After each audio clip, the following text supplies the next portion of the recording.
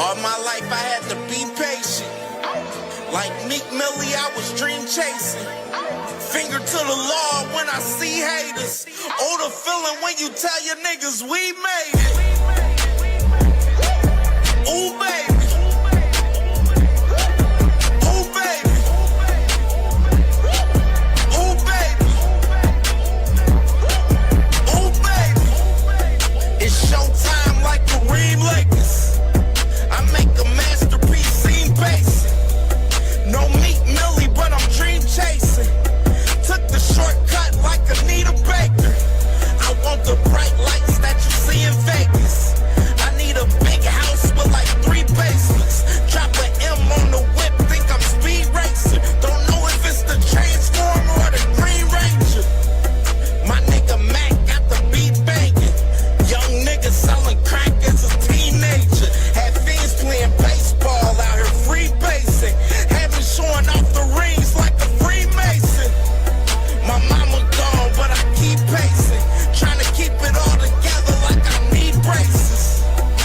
Family calling when they need favors. When I was broke, they was acting like complete strangers. All my life I had to be patient. Like Meek Millie, I was dream chasing. Finger to the law when I see haters. Oh, the feeling when you tell your niggas we made it. Ooh, baby. Ooh, baby. Ooh, baby. Ooh, baby. Rest in peace, the Nippy was the street savior. Got my credit right now, I need acres. Gotta turn your dirty money into clean paper. Trying to own a franchise without a key player. I go through hoes like I weave laces. Tree blazers, let they mama noodles be flavored. Meat takers that be acting like the D sacred. You bust in, you would think they on their knees praying. Then I slide like a screensaver. When I'm done, make some scrambled eggs, cheese bacon. Then it's on to the next, I ain't a speed dater. Little bitch ain't gon' hear from me till weeks later. I don't see no things changing. Kids still dodging bullets like they seen Matrix. These young niggas really need saving, but OGs won't teach them that the street's dangerous. All my life I had to be patient. Like Meek Millie, I was dream chasing. Finger to the law when I see haters. Oh, the feeling when you tell your niggas we made it. Ooh, baby.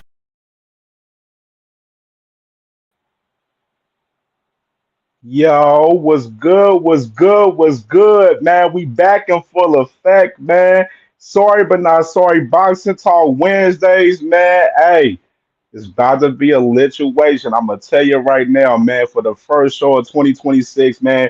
And if I ain't told you before, and let me go ahead and tell y'all Happy New Year. You know what I'm saying? I'm wishing much blessings and much prosperity and peace upon everyone on this new year. You know what I mean? Without God, we are nothing. Remember that. Remember that for sure. You feel me? So definitely Happy New Year to everyone, man. And it's gonna be a great year, man. Definitely, man. And I'm excited. I'm excited for this first show of 2026, man. And we definitely gonna be we gonna turn it up, man. Turn it up a few notches, man, for sure. You feel me? Definitely, definitely gonna turn it up a few notches for sure. I mean, so let me go ahead and see who all in the building. But first and foremost, if y'all ain't hit the like button yet, hit the like button, please and thank you. Please hit the like button and as well hit the hype button as well, man. The hype button is you get 3 hypes for of a week. Make sure you use your 3 hypes on me. You dig? So yeah, for sure, man. So and if you ain't subscribed to the channel, make sure you subscribe to the channel as well, man. We definitely working out here for sure. So let's get it popping. Let me see who all in the building.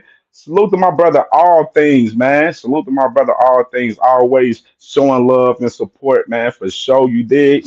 And you heard that, man. Smash that like button, man. Smash the like button. Smash the like button, man. This one gonna be a good one for sure. And let me see who else in the building. Yes, indeed, boxing. My sister Shawa, man. Salute to my sister Shawa. Make sure y'all subscribe to Yes Indeed Boxing, man. She been doing some great work over there for sure. She definitely been cooking up. Make sure y'all subscribe to my sister Shawa. Yes, indeed, boxing for sure, man. She definitely lit with the content for sure. You dig? And salute to my brother Big Block in the building, man. Big Block, what's good, my boy? What's popping, man? Hope it's all is well with you, my boy. For sure, man. You already know the vibes. And boxing outcome, salute to you, boxing outcome. I ain't gonna read your comments yet. We gonna get into all the content and everything and shit within everything. You dig? And salute to my brother J Man, man. You already know 513 shit. You dig? You know what I'm saying? My Cincinnati brother, man. You already know the vibes, man. Salute to my dog, man. Hey, my sister, Jag Queen Boxing, man. Make sure y'all subscribe to my sister, Jag Queen Boxing.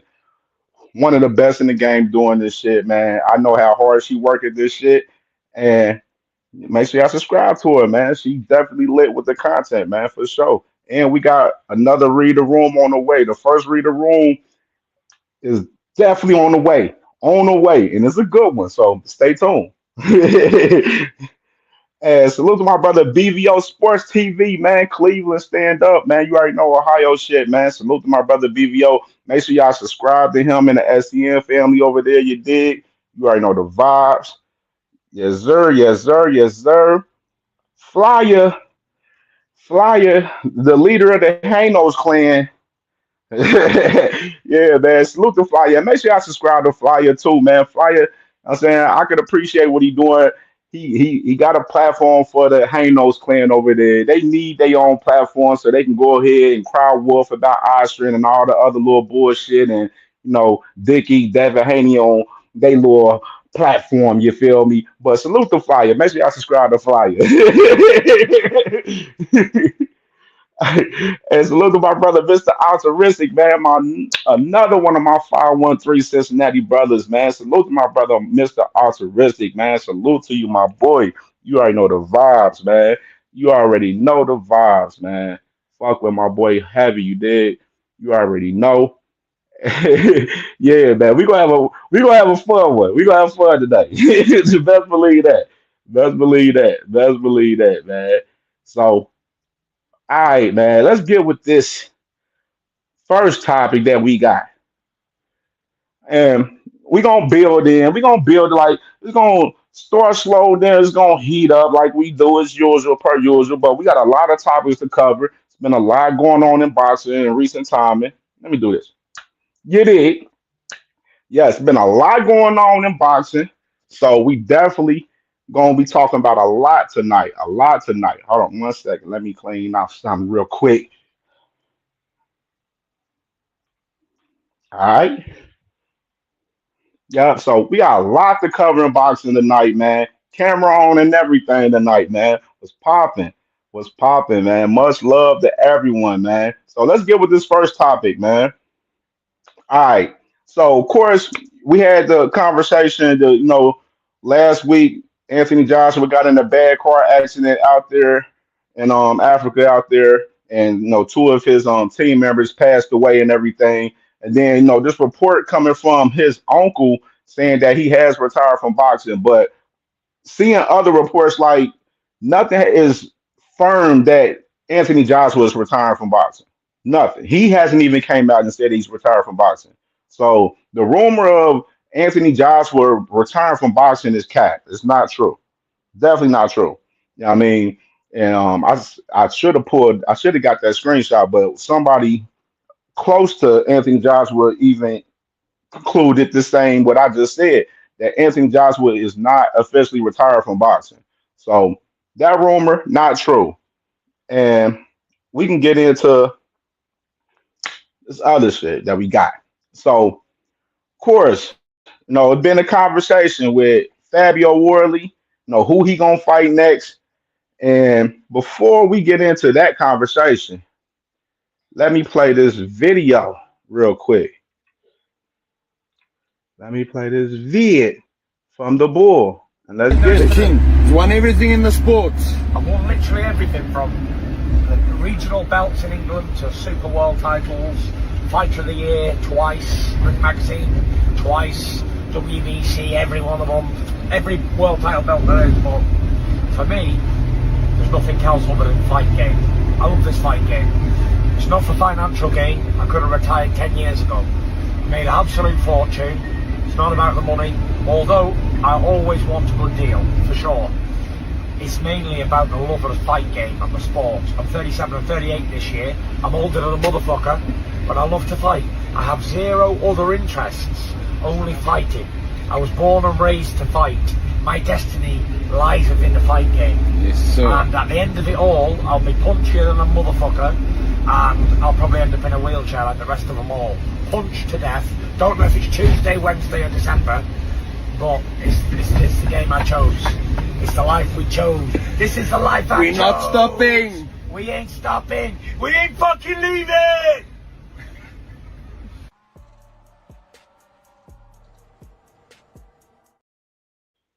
All right, right there. So there you got Alexander Usyk, man. Of course, he's been training, been sparring and everything. So he back in the back in the lab, putting in work.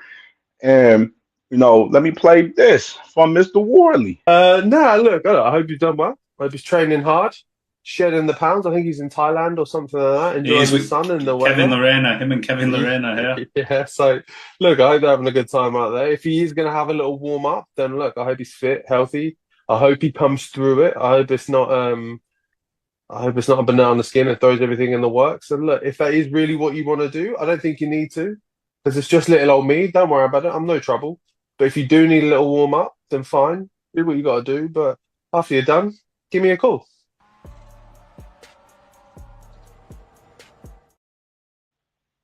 All right, so there you have it. You got Alexander Usyk saying that he's not retiring and that he back lit, and that he loved the fight game, and all of that.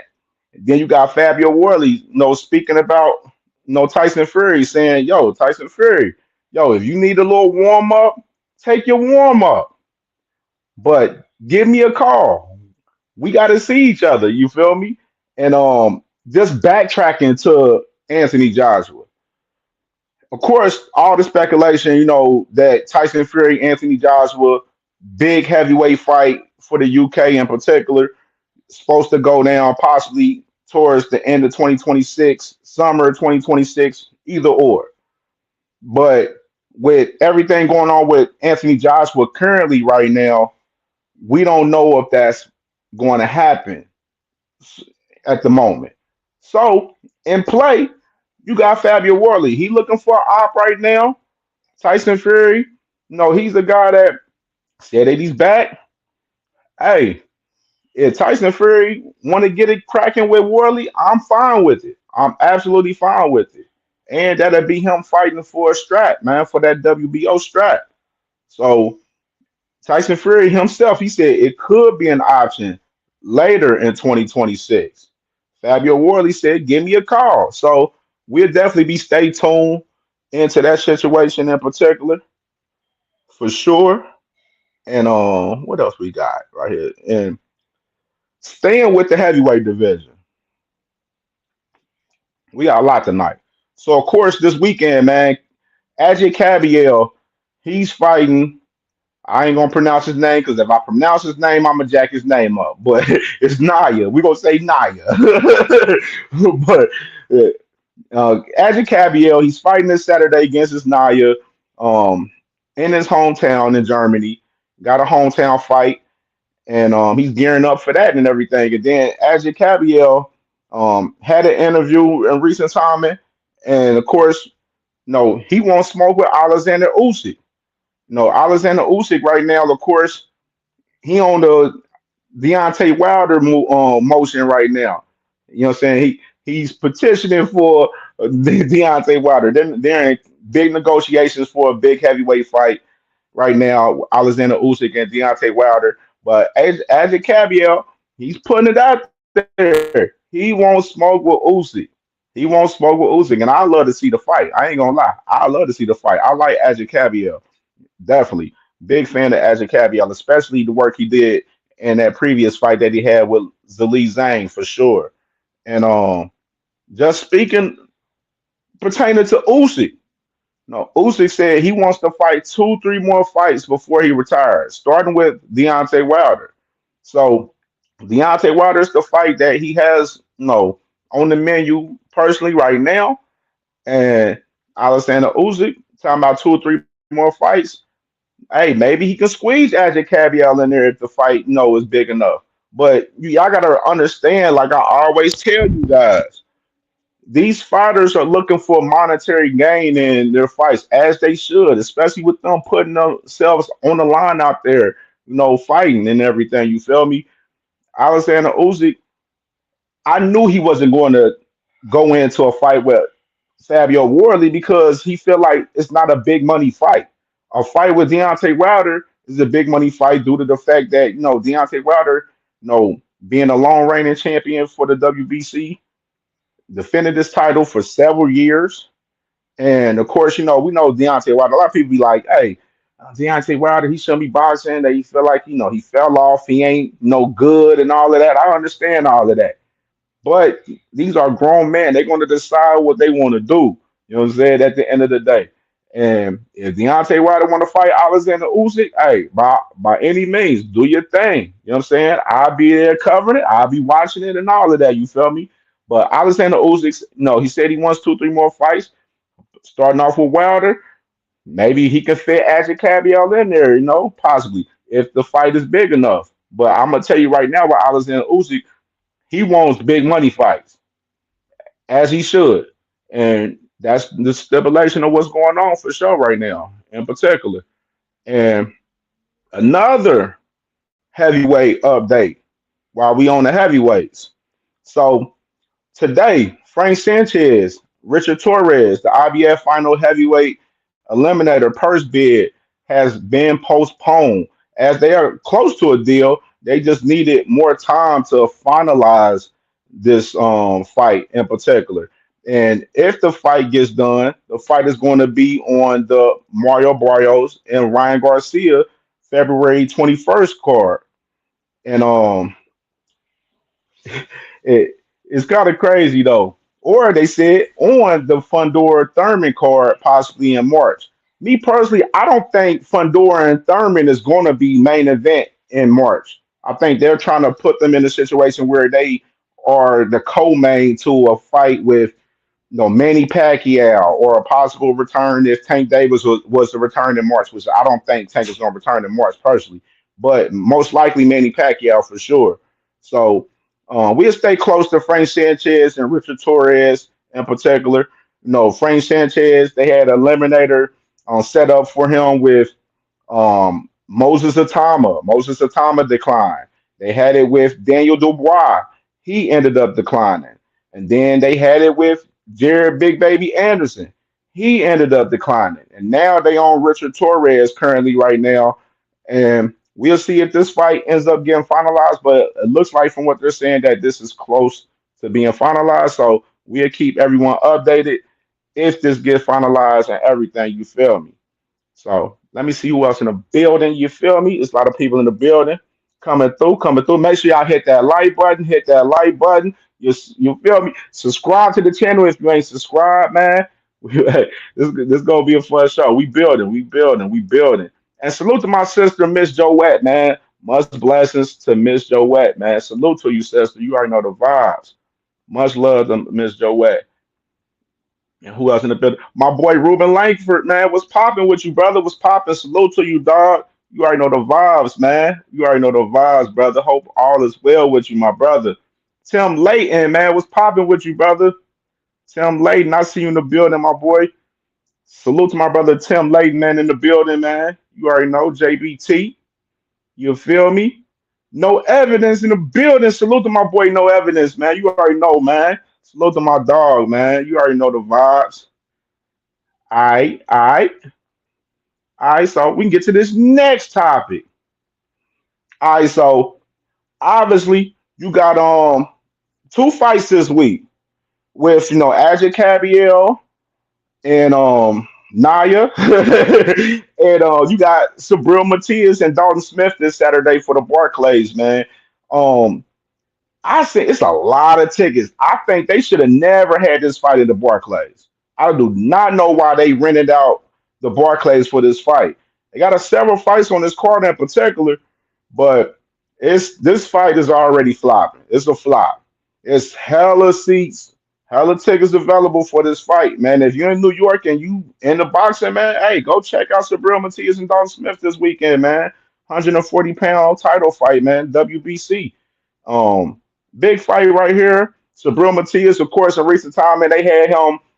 Um, they almost was about to. This fight was almost not about to happen because Sabril Matias he ended up popping for Austrian, but within the limits of New York, they ended up passing him. He ended up beating the Austrian case. Think about it. Think about it. Think about it. He beat us out because they said his testosterone was his levels was real low in the Austrian, so they're allowing him in this fight to continue. So we got Sabril Matias and Dalton Smith this Saturday, um, and we'll definitely stay tuned in on this fight in particular for sure. And we got a lot to cover, like I said, lots to cover tonight. And let's get to this next one right here.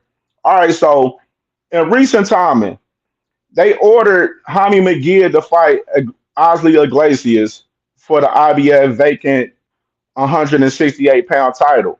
But the man, Jaime McGee, he declined the vacant title shot versus Osley Iglesias, though, which is nasty work. Nasty work, in my opinion. Nasty work. And I'm gonna tell you why.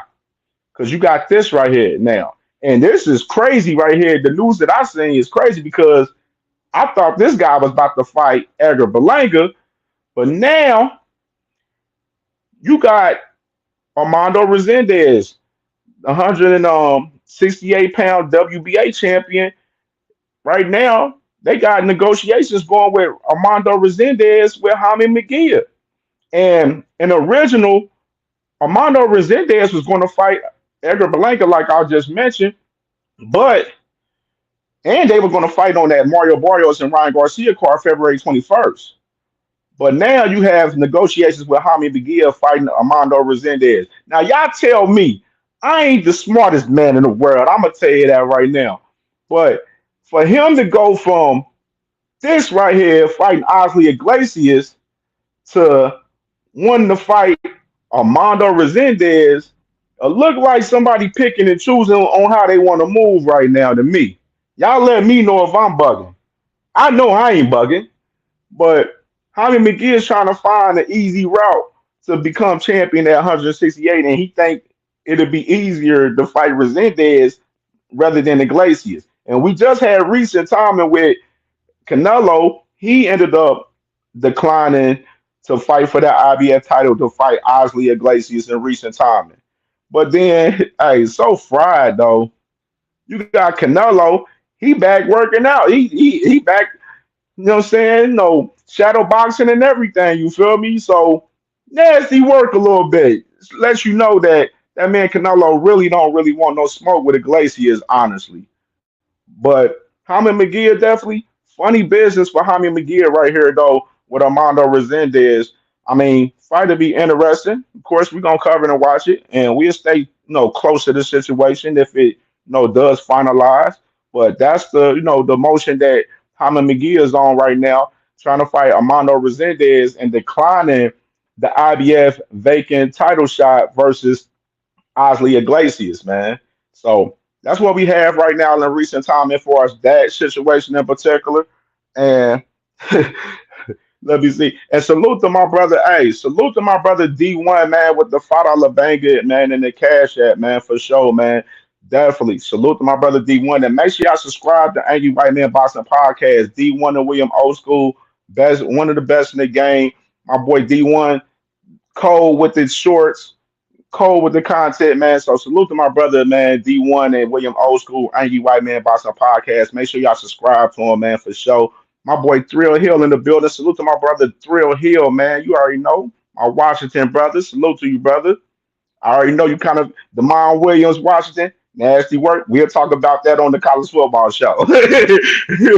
But let's go ahead and get to it, man. So I got a lot to cover, lot to cover. Like I said, A lot to cover, man. We're gonna get all into it. And let's get into this next topic because this topic right here, this is something that I've talked about months ago about this guy in particular.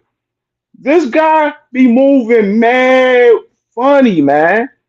But he's a hell of a fighter, though. Hell of a fighter. But he be moving mad funny, though. And this situation that's going on with this particular fighter, this is something that I literally spoke about months ago that would possibly happen. Because we just seen that this move was kind of evident with him.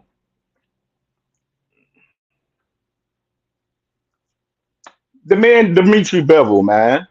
Dimitri Bevel is aiming for a spring return. Salute to my brothers Brunch Boxing over there. Make sure y'all subscribe to them. Um, a spring return for his mandatory fight with Michael Eifert.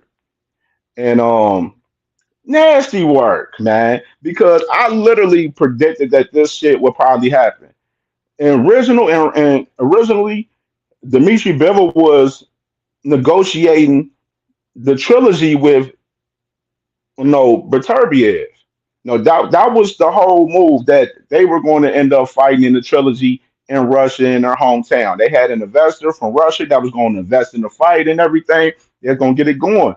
And then we heard, Dimitri Bivol, his team was talking about they had aspirations of fighting David Benavidez. Well, we already know what David Benavidez got cooking right now. He got May 2nd with Zerto Ramirez at 175 pounds now. He's going up the 175 to face Zerto Ramirez for two of his titles at 175 now.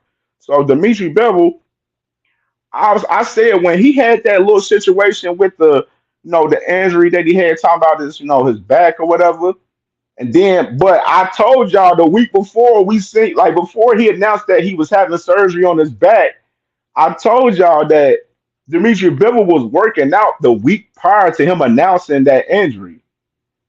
And I guess it may came from working out. I don't know whatsoever. Whatever it is. But I felt like it was capped to me. It was all capped to me in my opinion.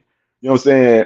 Because you remember Artur Beterbiev, he said the trilogy was supposed to happen last year. You remember they fought last year in February. That rematch was in February of 2025 last year. They were supposed to have the trilogy in the summer, then it got pushed to the fall, and then they was talking beginning of 2026. And we remember Artur Beterbiev said, "What is Dimitri Bivol on? Is he trying to age me out or something?" And that's absolutely what it looked like for sure. Like it looked like Dimitri Bivol was trying to age out this man Artur Beterbiev.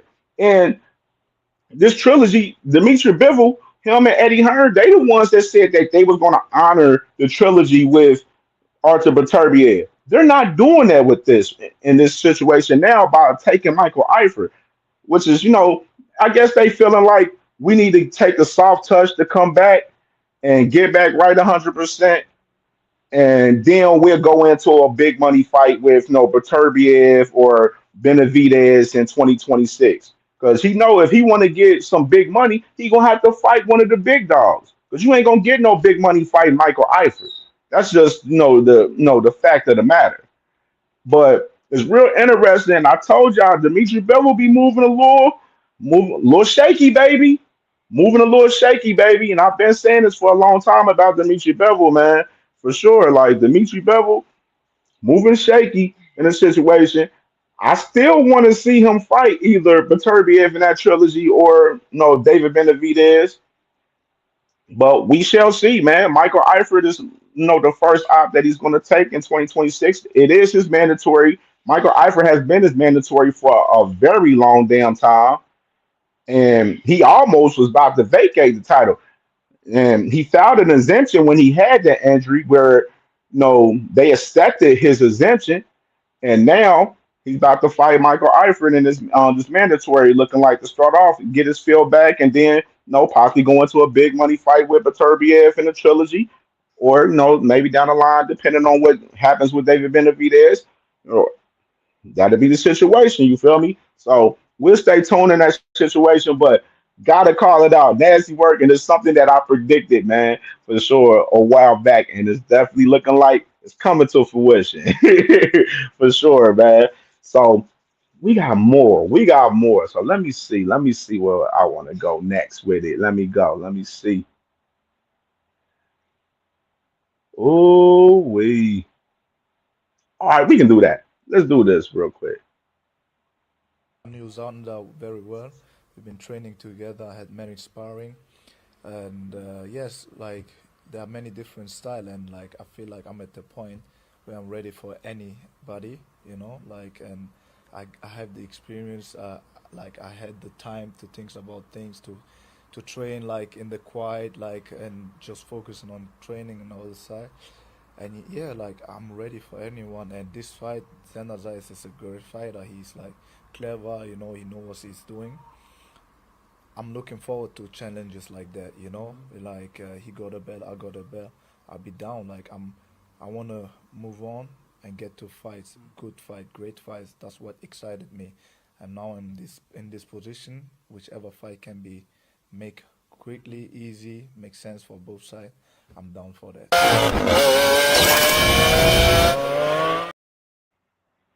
All right, so that was a Baz Baru right there, the WBA 154-pound champion right there.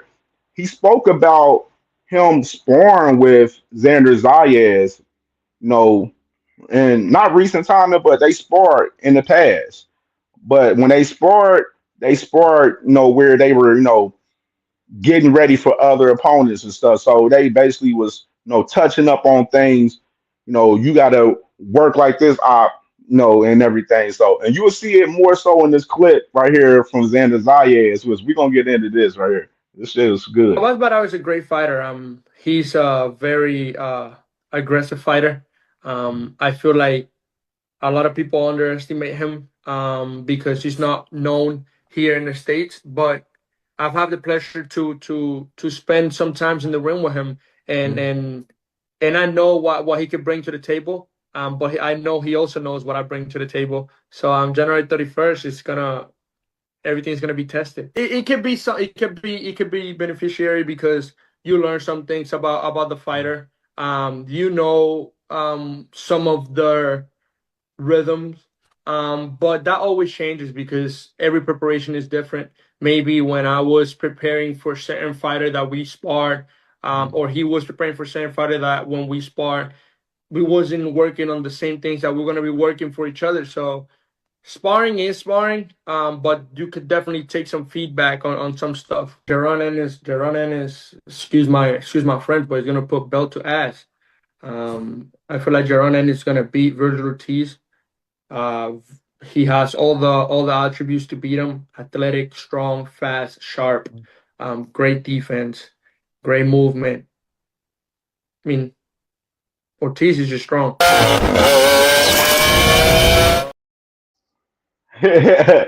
So there goes Xander Zayas right there speaking about his upcoming fight that he has with a Baz Baru, where they're going. It's a unification fight for the WBA and the WBO title in Puerto Rico. Hometown fight for the boy Xander Zayas out there, and he spoke about the sparring session. What I just spoke about after a Baz Baru video, where he said they were basically helping each other on things. And he said that this is definitely going to be a tough fight, and he's all up for it for sure, man. And I definitely can't wait to see this fight. I think this is going to be an amazing fight between these two guys, Xander Zayas and Abaz Baru.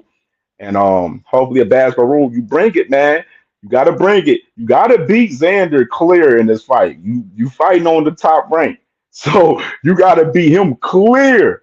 Damn near need a knockout to beat Xander in this fight. But it's gonna be hard because Xander, that's a bad boy, man. He's very talented. Xander Zayas is very talented. And I'm excited for this fight January 31st, man, for sure. I'm definitely excited for this fight. And the fight card is pretty decent too, man. They got guys like Giovanni Santillan. They got some other guys on there too. I gotta look at the full card, but I don't got the full card up right now. But January 31st, Xander Zayas versus the Baz Baru unification WBA, WBO titles on the line, January 31st in Puerto Rico. And one thing that caught my eye towards the end of that clip right there, Xander Zayas, they asked him a question about Boo Sanders and Virgil Ortiz. And he said, "Excuse my French, But I think Boots gonna put belt the ass to Virgil Ortiz, and I'm with him on it. I'm right with him with that thought process for sure, man. But that's a whole nother story. But he said he think Boots is very talented, athletic, strong, very tactical, and he think that he got all the tools to beat Virgil Ortiz, which was very intriguing with that. And you already know in recent time, man, Virgil Ortiz was trying to big dog Xander Zayas in a fight and everything. And Xander Zayas said he accepted the fight and everything, but they didn't push forward with the fight. So it is what it is. Xander, he got his fight with a basketball rule January 31st, and hopefully Team Virgil get off that sucker shit and make this damn fight happen with Boo Sanders, man. Get off the sucker shit. And it's really mainly the damn manager. The manager is the issue. I've been telling. I just spoke about this on the roundup video. If you ain't watched that roundup video I dropped a couple days ago, please go back and watch it after the show. Xander Zayas is 100% right for us. He thinking that Boots will put a belt to ass to Virgil. And I think that Team Virgil feel that. I feel like they ain't confident that they can beat Boots. That's why I feel like they poking around with the whole negotiations and shit, trying to get more money because they basically trying to get cashed out because they know Boots gonna come in and he ain't gonna play with their ass. He is not gonna play with them boys for sure, man. So definitely intriguing right there, man, for sure. And we get to this next topic that I had. Let me pull it up. Let's get it. All right. This conversation was funny. All right, so it's been talks, who gonna be Richardson Hitchens' next op? Who's gonna be his next op? Frank Martin, he want the fight. He been on Africa helmet. Been at that boy helmet, man. No, Africa says, yeah, I need to turn it up a notch. Frank Martin, he responds and says, yeah, do that. I'm on your heels, boy. And then you got this tweet right here from Richardson Hitchens right here where he says, he tags Frank Martin's name. He said, let's lock it in. Have your people hit my people. And then you got Frank Martin. He tagged Earl Spence in PBC name. And got got the pen, the sign of the paper emoji right there. And then we got this. Frank Martin, he tagged Africa saying, yo, we locking in a date or nah. And no response from Richardson Hitchens after that in particular. Nasty work. But Frank Martin is pushing for this Africa fight. Africa, it should, like right now, like I personally feel Africa, you don't got no motion right now. You ain't fighting Jermaine Ortiz, obviously, January 31st. Frank Martin is the perfect fight. Perfect fight right now. You gonna make you a nice bag fighting Frank Martin for sure.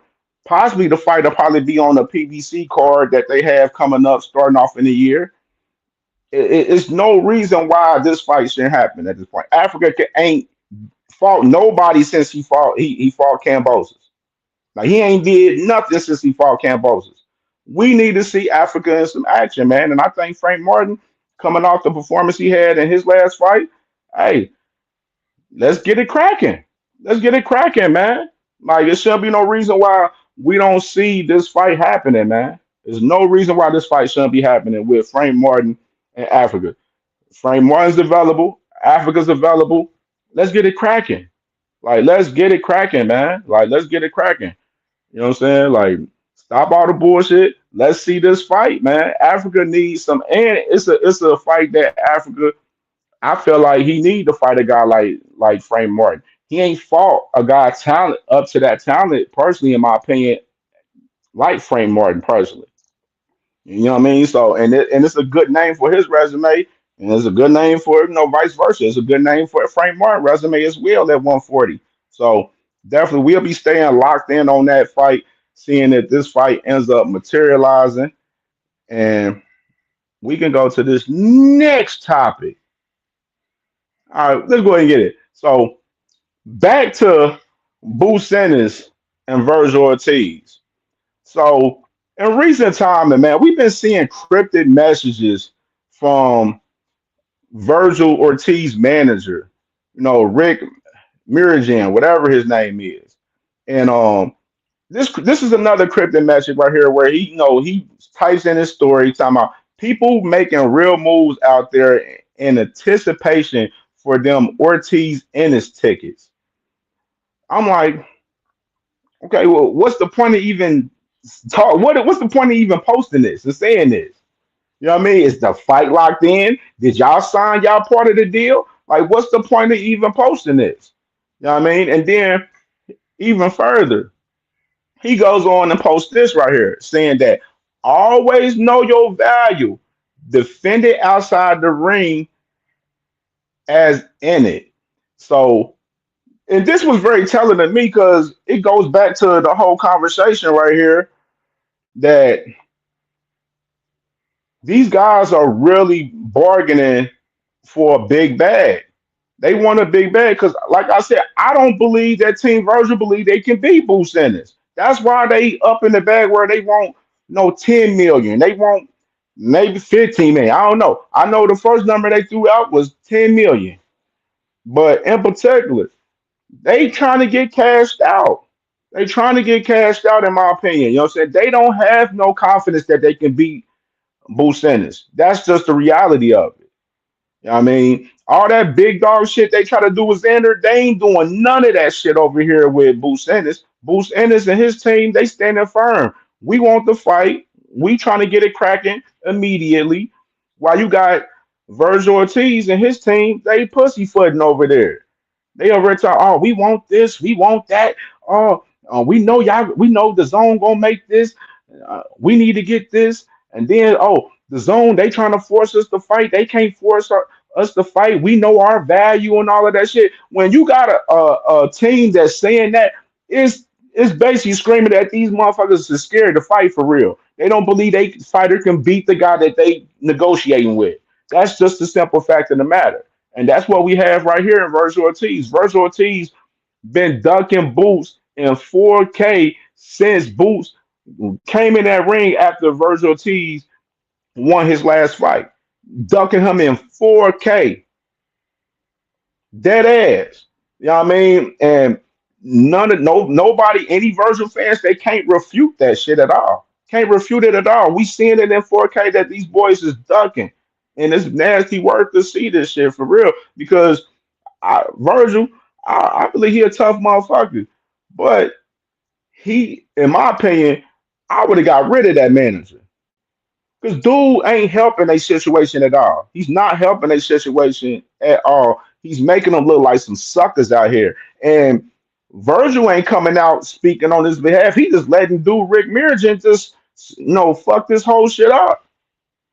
You know what I mean? And but like this fight is not even a title on the line, but everybody in boxing wants to see this fight. We've been wanting to see this fight for a long time, and now the time is here. And like I said, you got Virgil Ortiz, and they capping, man. They playing scary in this shit, man, for sure. So let me see who else in the building, man. Dragon Assassin, man. Salute to my boy Dragon, man. What's popping with you, brother, man? Hope it's all is well with my dog Dragon, man. And there go my dog, man. The master of ceremonies, man. My boy Crush the Legend, man. Salute to my brother Crush the Legend, man. Hey, make sure y'all subscribe to my brother Crush the Legend, man. Coffee and donuts for grown-ups every morning.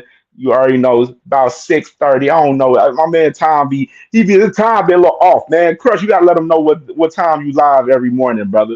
You know what I'm saying? But salute to my brother Crush, man. You already know the vibes. Hey, I like what sis, I like the way you think. Just to add more context to that. Why isn't Turkey paying for this fight? Why isn't Turkey paying for this fight with Virgil Ortiz and Boost Ennis? I remember the man Turkey Al-Sheikh was the same man talking about when Boost want to fight a real fight, he can come back and holler at me. He talking about he want 2 tune-ups and all of this. Well, this is a real fight. And I said this the other day on the roundup video that I dropped, that Turkey pick and choose the fights that he wants to pay for. He's not willing to pay for every fight. He wants to pay for the fights that he personally wants to see. Turkey ain't even biting on even paying for this fight at all. Like we even heard his name a part of this fight. The Zone, they're clamoring for this fight. They forcing Virgil Ortiz team hand for this fight. And Virgil Ortiz team, they over there bullshitting around talking about they want this and they want that and all of that shit because they on some scary shit. But it's real interesting at the fact that Turkey Al Sheik don't want to put no money on this fight. Nasty work, in my opinion. And it just shows you that Turkey Al Sheik, he pays for the fights that he himself personally wants to see. That himself personally wants to see. He don't care about no paying for Devin Haney to fight Lewis Crocker. Y'all should have known I was gonna go there. You don't care to pay for Alexander Usyk to fight Joseph Parker or Fabio Wardley. He don't care to pay for the fights. He wants to Alexander Usyk to fight Fury again.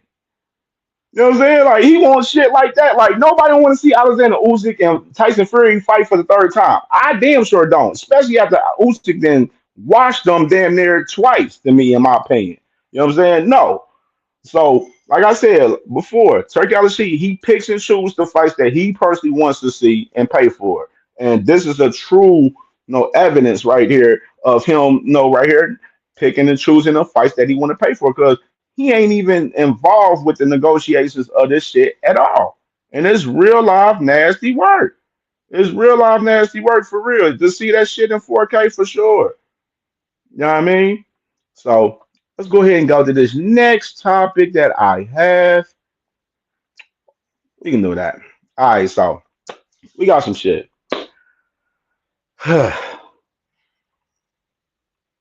Dragons, you've been chilling with Dean too much. Hey, we all got our crazy, our own sense of humor, bros and shit, man. But you already know we all petty in our own right for sure, Dragon. All right, man. So this next topic right here, we got Conor Ben right here, man. Conor Ben, he makes this tweet saying that this year I become WBC champion at 147, and then he expresses to Rolly Romero saying that, hey, let's run it this year. And, of course, I spoke about Rolly Romero on the Roundup video where Rolly, like, he had a recent interview where they asked him about Manny Pacquiao and he said that, fight probably, he don't know if that fight's going to happen, in which that fight got announced and said that that fight is not happening. And, of course, they got the order on him to fight Shakram Giyasov right now. And they asked him about Giyasov, and Rolly was like, I don't even know who he is. And then they said, he's your mandatory. They ordered the fight. And then Rolly said, I still don't know who he is. And he said, right now, I'm just focusing on my personal life right now. Like, I'm just focusing on myself right now. I ain't even, into, fighting 100% right now. But obviously right here, you got Conor Ben. He's calling out, Rolly Romero, which is he is ranked in the WBA as well. So, but Conor Ben is the number one contender for the WBC, and he's supposed to fight the winner of Ryan Garcia and Mario Barrios possibly. So we got that in play. And continuing on, talking about Conor Ben. Conor Ben, and him and Shakur, they had a little back and forth the other day. The boy Shakur talking about come watch greatness, January 31st, Jules said. Then the boy Conor Ben said, my boy T.O. is gonna smoke you. I'm a witness an ass whooping right here. So you got Conor Ben and Shakur, they've been going at each other. Of course, Shakur, he expressed that he would love to fight Conor Ben in the UK, which is nasty work. He wants to fight that boy in the UK. And Conor Ben, he said he's all with it. Conor Ben thinks Shakur ain't like that for real. He think he'll smoke Shakur. So, and obviously he's saying he think Teofimo gonna smoke Shakur January 31st as well. So you got this situation right here with Conor Ben right here, of course. And what else we got? We're gonna get into that. All right, so let's get into this next one right here. All right, so salute to my boy Bruce Shoo Carrington, man. Of course, he is fighting on January 31st as well on the Shakur Teofimo Lopez card. He's fighting Carlos Castro, fighting for the vacant WBC title. Even though he is the interim title, he is the interim WBC champion. But him and Carlos Castro, they getting it on. Pause. They're getting it cracking for January 31st. And he said, I want the unified titles immediately.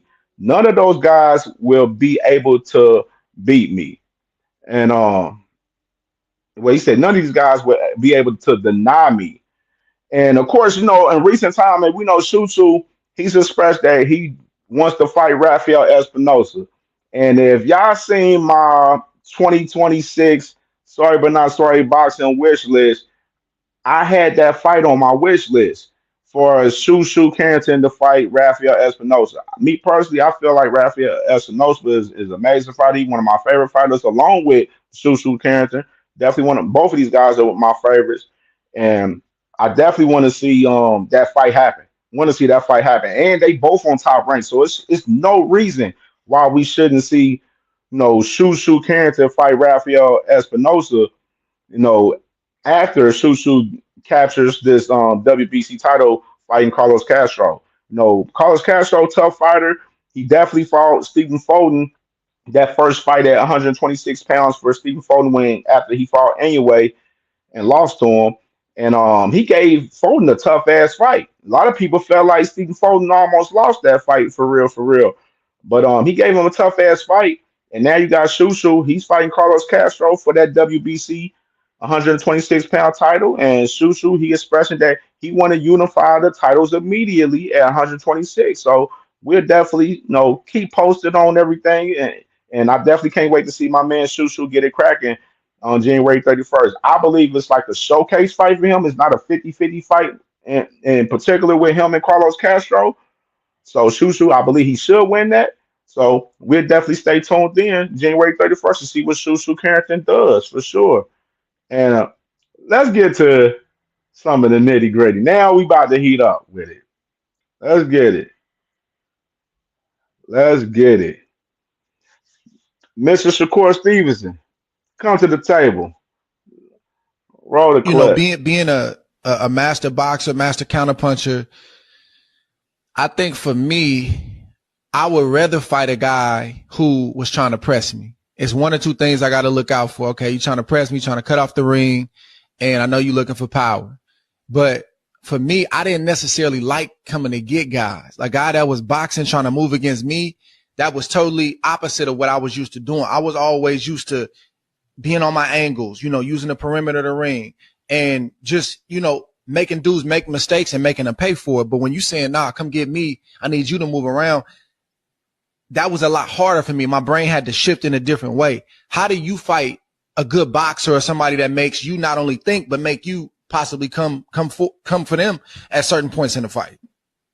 Honestly, it's a game of patience. I think that you just gotta have patience, and sometimes things don't open up in the first 3 rounds or the first 4 rounds, but them things that may open up in the 5th, 6th, 7th, 8th, 9th, and 10th round. So I think majority of the game is come down to just having patience and being mentally strong enough to withstand the patience game, because good boxers is going to be both patient, and the one that's the most patient is the one who's going to be the most successful when you having a chess match. What about you, Roy? How did you deal with, fighting good boxers, man? I know you didn't fight nobody that was at your level that did the stuff that you did, but would you rather fight a guy coming towards you or a guy going away from you? It was easy for me to fight a guy coming towards me because he gave me more opportunities. I was a lot like both of you guys. I was much more of a counter puncher. So it was easy if you bring it to me because now you give me a plethora of things to work off of.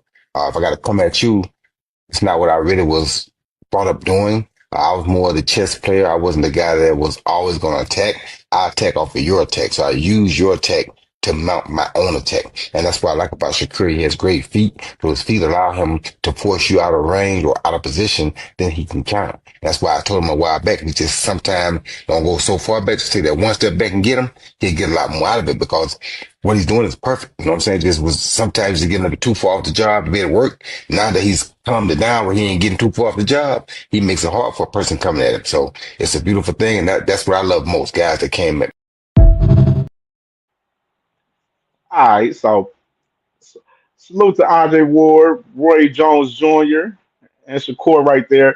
Shakur is saying that he wants T.O. to press him. I think Shakur looking at it like the Sandor Martin fight where Tio was pressing Sandor Martin, and Sandor Martin was able to drop him with a right, with a clean shot and everything. And Shakur has expressed that he gonna be on his boxing track star shit. It's like he ain't gonna be. I said he gonna be running and shit the whole fight and all that. But I'm just saying he expressed that he definitely gonna that Tio has trouble with fighters with movement. That and kind of interesting. Let's play this clip right here. I don't want to say what we planning to do with him, because that wouldn't be good for us. But I see my son breaking him in every aspect, and that's what we want to do. We want to mentally mess him up first, and then take him out if we could. The knockout will come. We will definitely hurt him. There's a lot of good things that your son implements in his fight when he fights against southpaws. In his last fight, even though it wasn't against a southpaw, I believe, but he was using his jab a lot and his distance. Yeah. Kept jabbing the body. He's not the same fighter. He's just getting better because he's fighting the best competition. I mean, it's like if you keep on fighting people that are not good, you're not gonna go to the next level. You understand what I'm saying? My son, that's why he always picks the dangerous fights, because I tell my son, why we're gonna be sitting here doing this, when we don't do this for the money. We don't do this for the fame. Okay? We do this for the legacy. So I tell my son, when I told him, let's go after Colmig, let's go after Lomachenko, let's go after Josh Taylor. And all of those three fights, he was the underdog. You know what I'm saying? And big time. I mean, with Josh Taylor, he was like 23 experts said that he was going to lose. So, and he gave an amazing performance, and it wasn't the same as the performance he gave with Barbosa's, like his styles have changed all the time. And that's the scariest part about him, and he comes to entertain, he always puts a show. All right, let me do this. I'm gonna call Cap immediately on him talking about they don't fight for money, because that's Cap. Because the boy Teofimo Lopez was already crying about money and stuff, talking about, oh, you ain't gonna pay me the money to fight Devin, that y'all gonna pay me to fight Boots and all of that shit. Like, that's Cap. That's Cap. All that shit is Cap right there. You know what I'm saying? But I did find it interesting though that he said he was gonna, that they gonna stop Shakur and everything. They gonna handle business like that, saying they gonna press that boy, they gonna get with that boy Shakur. And Teofimo been real quiet lately. If y'all really notice, man, he been real quiet lately, man. I salute to my brother OB, man. My brother O'Brien Carter, man. Salute to my brother, man. OB, man. Day one, you already know my dog. But I found it real interesting that he said that they gonna put that pain on that boy for sure. Let me read some of these comments real quick, because I see y'all in here talking about this. See this? My boy J Bay, he said, I've been saying this shit finna be a snooze fest, man, bro. Now, and I'm gonna say this: if this fight ends up being any like that sparring session that they had, just throw the whole fucking fight away. Nobody don't want to see that bullshit they up here. No, we want to see y'all hit, man. We want to see some action, dog. I'm gonna continue to say this all the way up until January 31st, man. This better be not no damn snooze fest, man, for real. And salute to my brother D1. He said, no cap, I can't pick T.O. because of his dad. I think T.O. is more explosive. He got tons of skill. He has a couple bad nights on the front foot, but he can definitely compete. But his dad, I can't pick. Yeah, bro. That's the thing. That's the real question in this fight. How well is T.O. going to fight on the front foot, coming forward against Shakur? Because, like I said, somebody got to step in this fight. Somebody got to be a step in this fight. It just can't be these motherfuckers just sitting in there, picking each other brain all 12 rounds. Somebody got to step forward in this fight and apply the pressure and spark this shit off. You know what I mean? And I believe T.O. is going to be the one to press the action and try to spark it off, in my opinion, because Shakur, He's very defensive minded, and that's what I'm saying, bro. This better not be no damn snooze fest. And you can tell by them ticket sales. A lot of people ain't really crazy about this shit either. Like the buzz around this fight ain't like I'm gonna say this right now with Shakur and Teofimo Lopez. Us on YouTube, we're talking about this shit, but the casual fans ain't going crazy talking about this fight for real, 100%. They're not. You know what I mean? Now, if you fans of Shakur or Teofimo Lopez, of course, their fan bases talk about it, but their fan bases isn't that big in reality. But you talking about two guys that in this fight, let alone this is both of their first pay-per-view main event fight. You talking about two guys that hasn't main event in recent time. And shit, Shakur ain't main event since he fought Arnold. And that was 2 fights ago. Tio fought on the undercard to Ryan Garcia and Rolly Romero. You know what I mean? You know what I'm saying? It's nasty work, man. It's real life nasty work for real. In reality, man, you already know the vibes. My boy BVO, he said T.O. is super athletic. That is going to be the thing he has to work. I'm fighting a technician like Shakur. For sure. For sure. Then my brother D1, he said, if you're being honest with yourself, he has more ways to win this fight, but he also has a terrible coach, his father. And if they're thinking KO, they already lost. Yeah, I think T.O. has to be patient in this fight. You do have to apply some pressure, but you got to be patient, with picking some of those shots. You know what I'm saying? But you definitely got to put some pressure on him. Like if you got Shakur in that corner, like Zepeda did, T.O. better go to work. Go to work. You know what I'm saying? Go to work. Set great traps on Shakur. You know what I mean? I think it's some openness to get with Shakur. It definitely is. You know what I'm saying? Shakur already spoke and said he's not going to fight the same style of fight that he fought against the Pater, you know what I'm saying, in the future, which is, I believe, 100%. He's not going to fight that type of fight against Teofimo Lopez unless he got Teofimo Lopez hurt. And even if he does hurt Teofimo Lopez, he ain't going to go for the kill. You know what I'm saying? Shakur ain't no real killer for real. He's not no killer. You know what I'm saying? He ain't no guy that's gonna go for the kill when he know his man is down and out and hurt. He's just not. He doesn't pose for that. That's not him. That's not his aura. You feel me? And BVO said they fight for legacy. Cat ain't no damn legacy.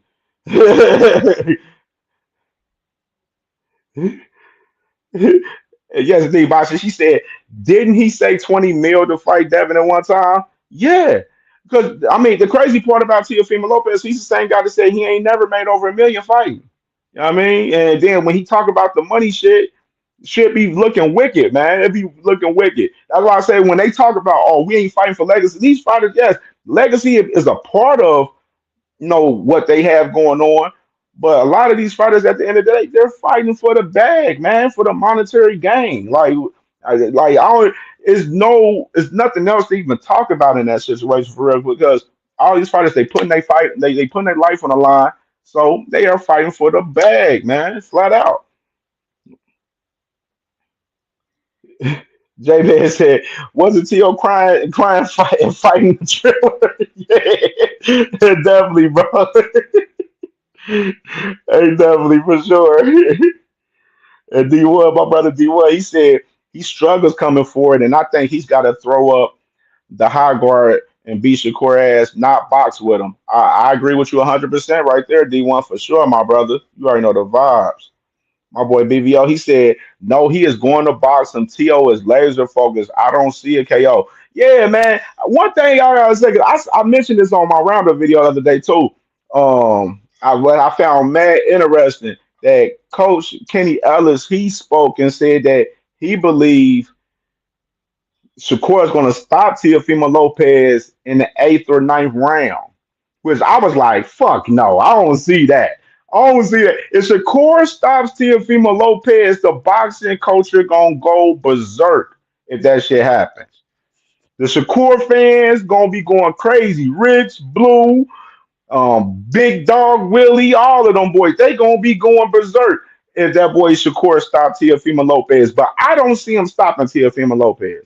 I don't see either fighter stopping either or. Personally, I feel like this is a 12 round fight. It's gonna go to decision. You know what I'm saying? I honestly feel like this is a 50-50 fight. You know, in my opinion, it's a 50-50 fight. The only 50-50 fight on January 31st, by the way, just to enlighten. And salute to my brother. No more sleepwalking, man. Salute to my dog, man. No more sleepwalking, man. Salute, bro. You already know the vibes, man. Let's see what else. All right, so I got to. Oh yeah, let me play this, man. These What the boys. fuck? Somebody know you already know what time it is. Tio, come on, boy. Show who you is, man. We gonna stop Tio. We going for the stoppage. We ain't playing with it. Jersey, Brick, City, in the mouth, man. Superstar status after this shit. Superstar, boy. Get ready, bro. Motherfucking superstar.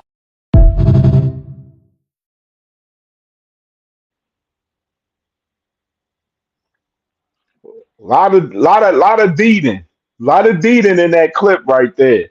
And they up there talking about that boy gonna stop T.O. I don't see him stopping T.O. not one bit. I don't see it. Hey, and salute to my brother Lee Jackson in the building. Salute to my brother Lee Jack, man. You already know, man. Day one supporter, man. You already know the vibes. Yeah, I don't see Shakur stopping Teofimo Lopez. Like these dudes, when they had these conversations talking like that, I'm like, damn, is the snack strong in play in this motherfucker crazy? You feel me? Like what we doing here? Like you feel me? Like it's real live nasty work, dog, for real. Dead ass. My boy D1 said if T.O. smart, he got to go to the body the first 3 rounds. Don't even think about headshots. Shakur gonna move, gotta zap that tank for real. And T.O. gets in his bag, it could go his way. Yeah, T.O. definitely gotta go to the body. Definitely gotta go to the body, man. Wear Shakur down. Shakur, we already know he's gonna be well conditioned for this fight because you know he's like he said T.O. don't do well with fighters that got with movement. So T.O. definitely got to go to that body. Got to go. And one thing about a lot of fighters I'm seeing right now out there, personally, I see a lot of fighters not going to the body. Like that's the essence. You go to the body, then you go to the hit. Like you know what I'm saying? You break your opponent down. I don't see many fighters with that mindset of breaking their opponents down. It's either they trying to outbox them or they trying to get the knockout. Like, you know what I'm saying? Like, break your opponent down with some body shots and different combinations and different traps. You feel me? Like, for real. What do you want to say? He said, and Coach Katie is always wrong with his predictions and picks. Hey, I done seen him be right about some shit, but this one, I think he wrong on this one. I don't see T.O. getting stopped by Shakur in the 8th or 9th round. Like, I don't see it. I just definitely don't see it. My boy Dragon said, no knockout from either one of them. T.O. has a chance to win, but I got Shakur. Yeah, man. Yeah, my boy Dragon, he got Shakur. Let me see who else. BVO said Kitty is just talking. Yeah, bro. Yeah, I wasn't jacking that, man. I wasn't jacking that. I wasn't jacking that. My boy D1 said I got both these main events, main fights as 50-50s as it gets, and T.O. got one of the best chins in boxing. Yeah, definitely. Definitely. Definitely. And the D1 said, you seen him get flash knocked down, get the fuck up and go to toe for the entire fight. He can take a punch, bro, for sure. Yeah, definitely. T.O. could definitely take a punch, man. And well, hey, man, ooh, I wish I would have thought about that, man. All right, so I don't know if y'all seen Timothy Bradley talk about Shakur the other day. He had a real interesting. I'm gonna have to do a video on. He had a real interesting take. He was talking about with Shakur, saying that Shakur he reuses hand wraps on his while in his training camps. Basically, that he don't use new wraps to wrap his hand during training camp. He uses old wrap that to train in his training camps, which is We all know Shakur got bad hand problems, real bad hand problems. Y'all just seen that man hands, you know what I'm saying, when he was throwing his hands up in that, what was that, that Ring Magazine Awards they did last year or whatever. That boy hands was scarred up, jacked up, and all of that. You know what I mean? So it was real interesting that Timothy Bradley noticed that man Shakur reuses hand wraps during his training camp, which is nasty work, especially for Shakur with him having bad hands. That is nasty work, and that's probably the reason why he got bad hands, because you using the same fucking hand wraps, nigga. That's some stupid ass shit. Like, that's stupid. That's stupid. No wonder Shakur says he don't want to fight Tank Davis till his hands is 100% healed.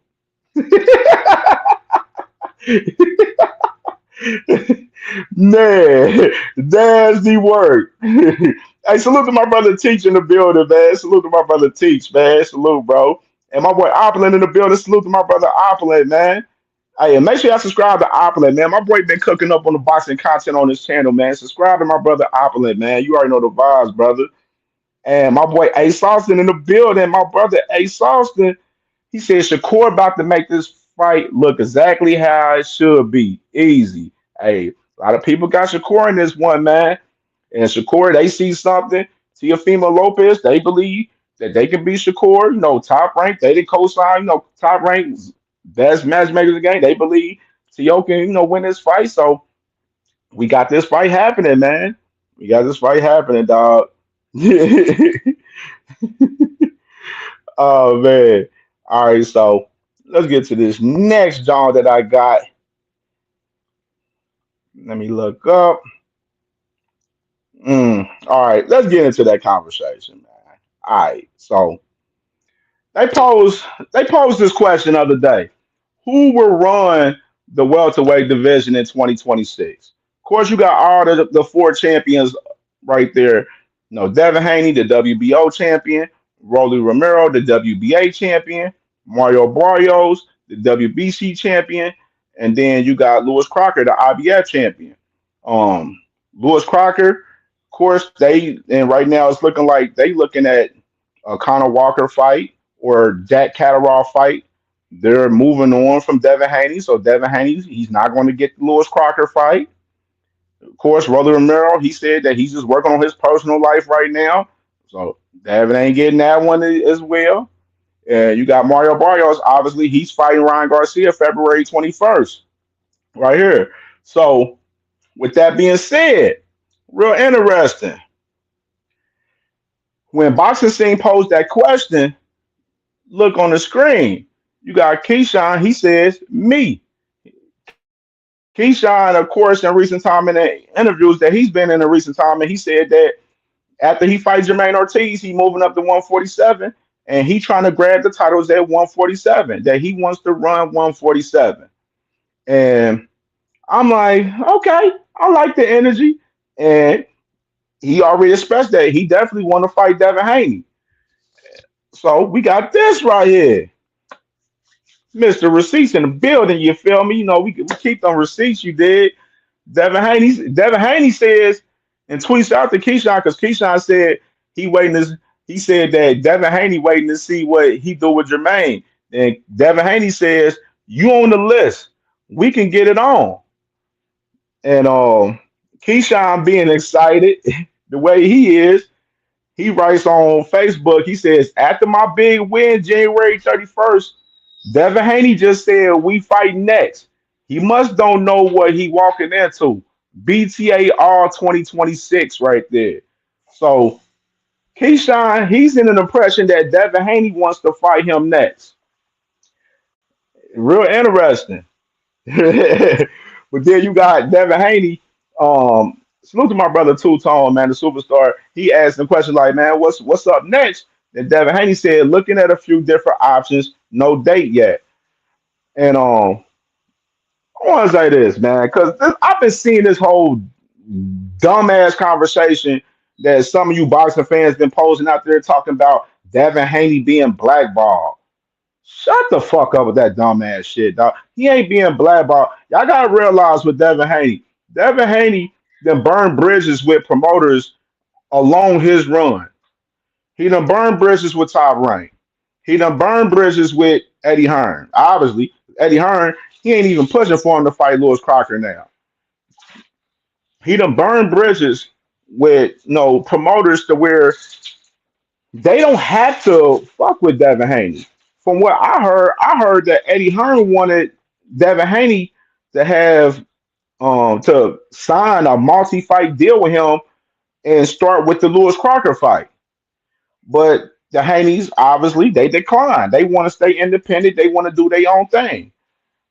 So, like I said, when it comes to these situations, some of these promoters, they want loyalty from some of these fighters, to give them certain fights and stuff. Of course, Eddie Hearn, he knows, Devin Haney's a talented fighter and knows that he's better than a Lewis Crocker. You know what I'm saying? So he like, in order for me to just go ahead and feed you Lewis Crocker, shit, give me some loyalty.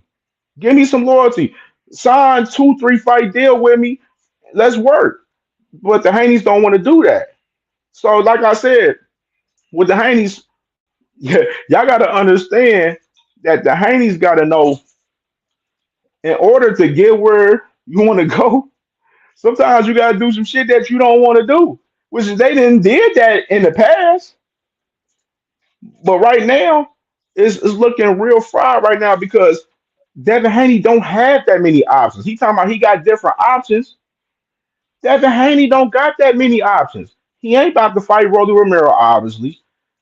And obviously, y'all Haino's clan, like I said before, y'all motherfuckers ain't even pushing for him to fight the winner of Ryan Garcia and Mario Barrios. Mario Barrios, he expressed that he'd love to fight Devin Haney and unify up. Ryan Garcia said that he wants to fight with Devin Haney in a rematch. But the only people that don't want that fight is y'all damn Devin Haney fans. Y'all Devin Haney fans are scared as fuck for him to fight fucking Ryan Garcia, which is nasty work in 4K. Because y'all ain't advocating for that fight. Y'all advocating for him to fight Rolly Romero, a guy that tanked and already knocked out. Y'all advocating for him to fight Lewis Crocker, a guy that we know that ain't good. He's not a great fighter. Yes, he's a champion, but Lewis Crocker damn near lost to Patty Donovan. Some people don't believe he won that fight with Patty Donovan out of them first two fights for real. You know what I mean? So we know Lewis Crocker is shaky as hell as a champion. And Devin ain't even gonna get that fight. So this shit just be nasty work. Like for y'all to talk about the blackball, like Devin Haney being blackballed, he's not being blackballed. It's just a situation for us loyalty. The promoters is gonna fuck with who's loyal to him. Why isn't, like I said, why ain't Turkey Al-Sheikh advocating and trying to pay for a fight with Devin Haney and Lewis Crocker? Don't Devin Haney got like a 3-fight situation with Turkey Al-Sheikh and Ring Magazine in Riyadh season? Look like that situation ain't always solidified to me. You know what I'm saying? Because motherfucking Turkey ain't pushing for Devin Haney to fight anybody right now. Turkey, he been wanting to fight with Ryan Garcia. But at the moment, Conor Benn is in play because he's the mandatory for the WBC. So Conor Benn may be the person that get that fight with the winner of Ryan Garcia and Mario Barrios. But at the same time, y'all Haney fans, y'all ain't even pushing for that shit though. Like y'all not pushing for it. You know what I mean? And it's nasty work to see in 4K from y'all. Like y'all definitely not pushing for that shit. All right, so let me see something. Let me see. Cam don't mess with black people. You don't mess with black people, BBO. You got a sombrero on right now for Teofimo Lopez. Stop the cat. Don't do that. Don't do that. Don't do that.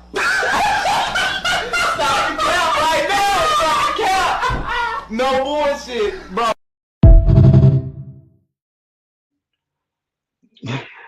Let me do another one for y'all Haney's fans. What's up, man?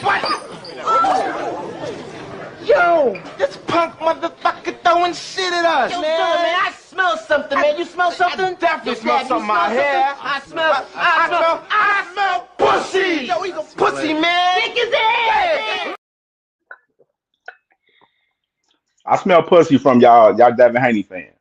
Y'all definitely pussy out here right now. No cap. Let's go ahead and make y'all mad a little bit more. Let's go ahead and get into this. No. True. Did you cheat during the Devin Haney fight? No. True. Okay. Okay.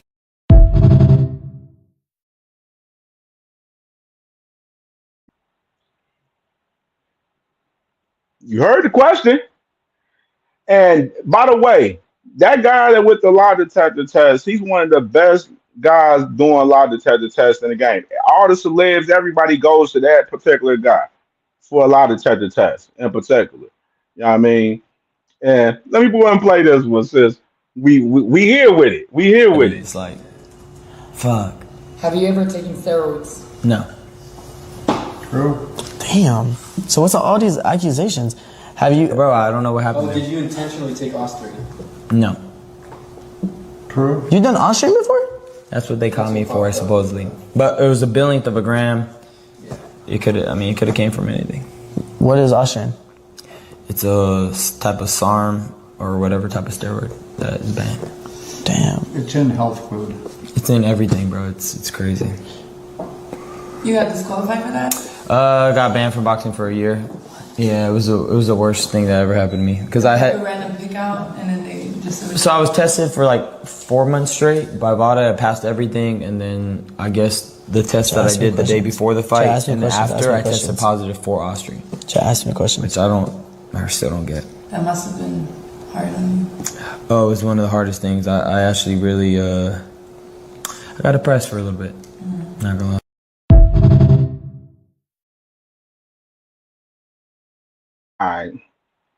All right.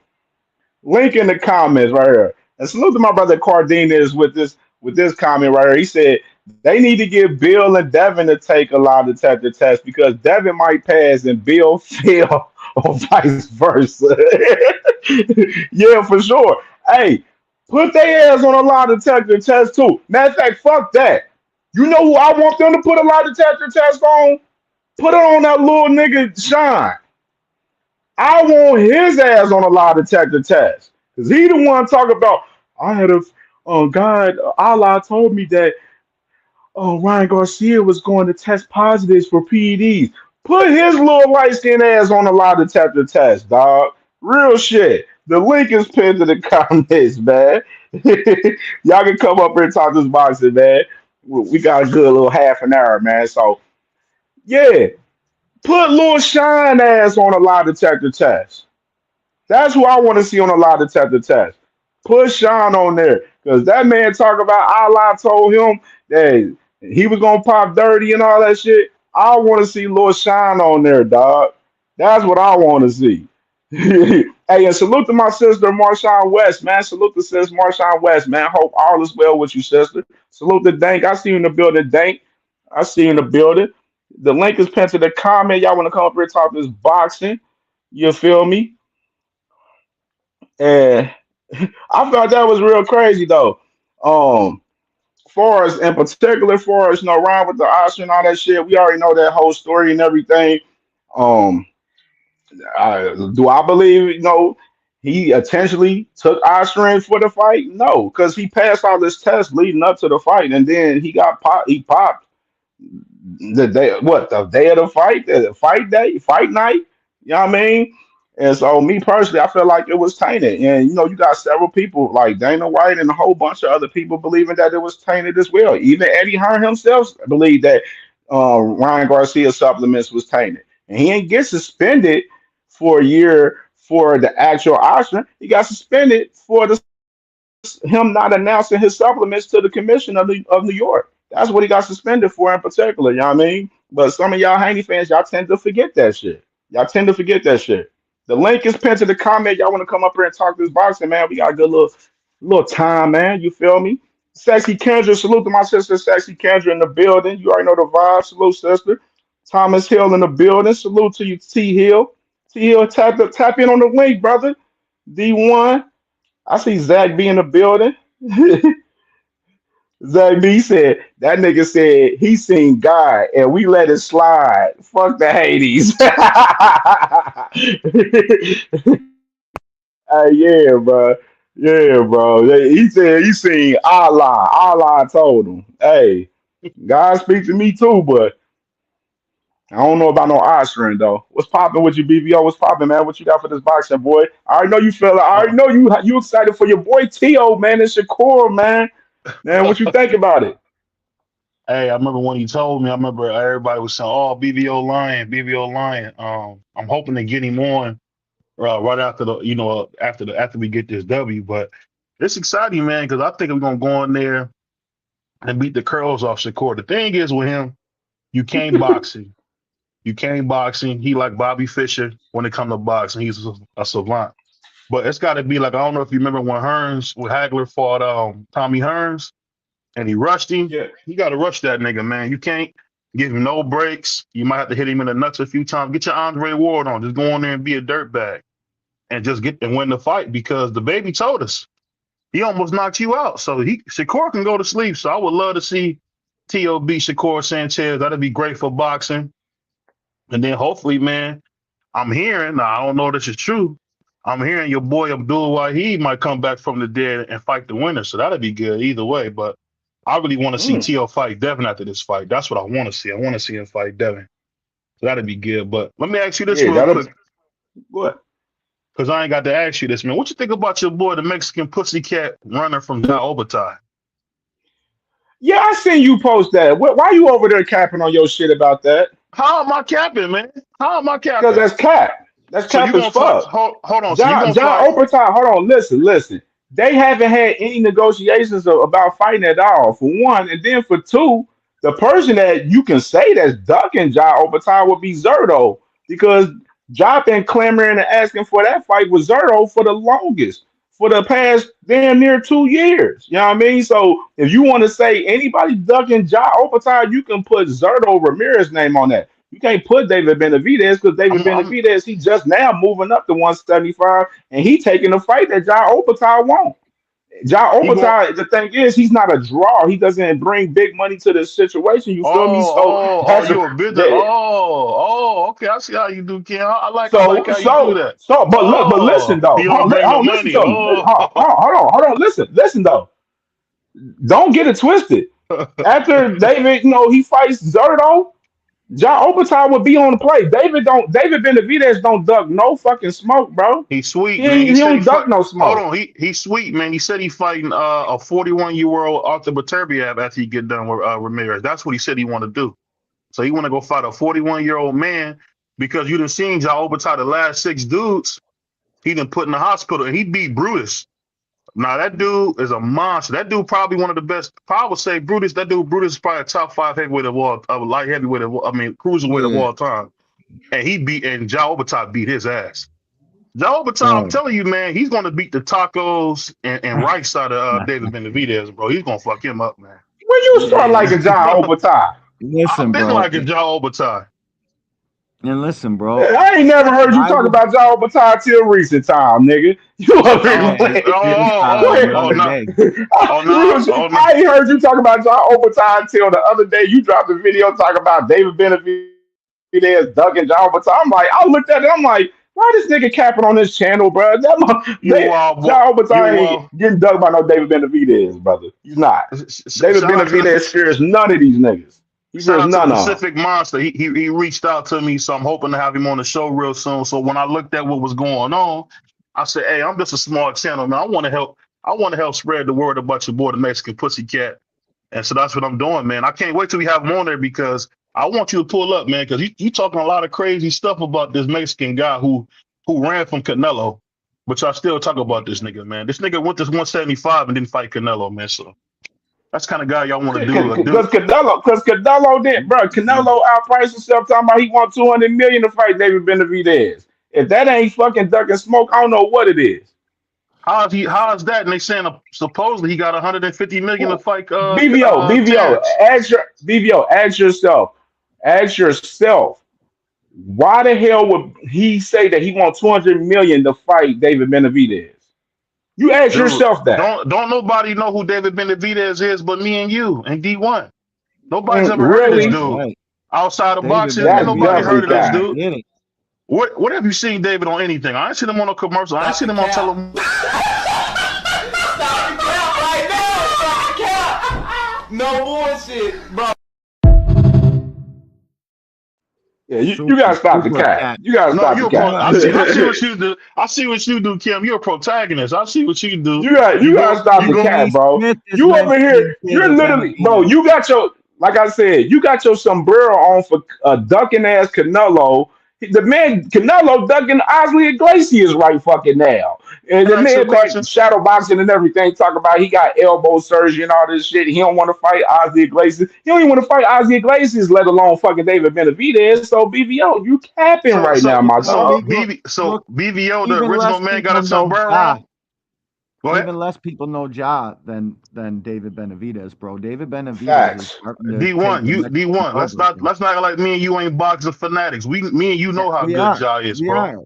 We And know how good apparently he nobody is. even knows boxing exists, bro, like as a totality. But as far as boxing goes, David Benavidez is the one right now, bro. He's doing everything that every one of these fucking fighters want to do. He's literally taking tough tests, top name after top name. If I can't get him, I'm gonna take him. Hmm. Like Facts. doing some real shit in boxing, bro. I can't down the man at all. And if he wants to choose 41-year-old Artur Beterbiev after he goes up to cruiserweight and snatches those two belts, Beterbiev more of a legacy fight, bro. Beterbiev been putting in pain, been doing this shit. One of the top guys at 175, if not the top guy. If you ask me, I think he beat Bivol both them times. People just gas this shit up because of Yeah, what his they face like. was bad the second time. It was worse the second time. You're absolutely They right. don't tell the truth, bro. People Yeah, don't his tell the face was truth in bad. boxing, bro. He It's kicked Bibble's That's a bullshit. ass. fact. Then even to add more Yeah, context to even to add more context to what D1 was talking about as far as Beterbiev, Dmitry Bivol, he ain't even trying to fight Beterbiev in the damn trilogy. So Beterbiev, that's why he calling out David Benavidez. He's like, shit, the man Bivol was trying to age me out. The trilogy was supposed to happen in the summer of 2025. Then it was supposed to Hmm. happen in the fall of 2025. Then it was supposed to happen in the first quarter of 2026. Now you got fucking Dimitri Bivol, he in here looking to fight Michael Ivory. It's mandatory now on the comeback. You know what I mean? yeah. So that's He why needs the that. conversation with Beterbiev is happening with David Benavidez. He needs that I fucking get back because he just had back surgery. Dude needs to get a get busy fight, a or a Yeah, tune that's up fight, serious. That's and serious. that's cool, That's right. bro. He did have back surgery. Back in the days, bro, that's how it used to be. When boxing could afford to get their guys out as much as possible, so they're sharp. That's how boxing used to be, bro. Like let a guy take a fucking stay busy fight, or a tune up fight, so he's the sharpest in the big fight. I don't know what the fuck's up with boxing fans, bro. It's crazy. It's like Facts. we're forgetting all how this shit was, is, and will be, bro. And the fucking But sports is but getting you less and less. remember they used to do the same thing to Evander Holyfield. You remember that Yeah. D1? Oh yeah, bro. The Oh same yeah. thing they do. The same thing they do on the job. Niggas are scared to Yeah. death of him, man. I like They're Ja scared to death Opetaia. of him. Oh, there's no Nobody doubt that knows people him. are I give scared you of him. that. Nobody knows him. But when I seen him beat No, that dude Brutus like that, I but said, when you're "Oh, talking about David Benavidez, I can't group David Benavidez in with the other guys that are scared of Ja Opetaia. I like Ja Opetaia. He's literally my top 5 favorite fighters, bro. Him and Benavidez fighting is something I welcome so fucking I want it. Him and Beterbiev, another fight. Let me is he get on that. your pound for pound list? Yeah, Dave Benavidez is number 1. What about is Ja Ja on there? Ja Opetaia is on my pound for pound list. He was number Yeah, 8 or something like that. yeah. I get what you're saying. I just can't. No matter how I go, we having fun, but I just can't wait to see what happens. I can't wait till he beat the tacos out of Okay, David guys, Benavidez. next, bro. Benavidez be talking so crazy, like he a monster or something. He No, be no, talking he crazy. is a monster. Listen, they're both You got monsters. BVO. They're both I peep monsters. your. Oh look, I peep your science. I peep your science. What's You my literally you got your cape on. You know what I'm saying? Going crazy on David Benavidez because of Canelo. I peep your whole science.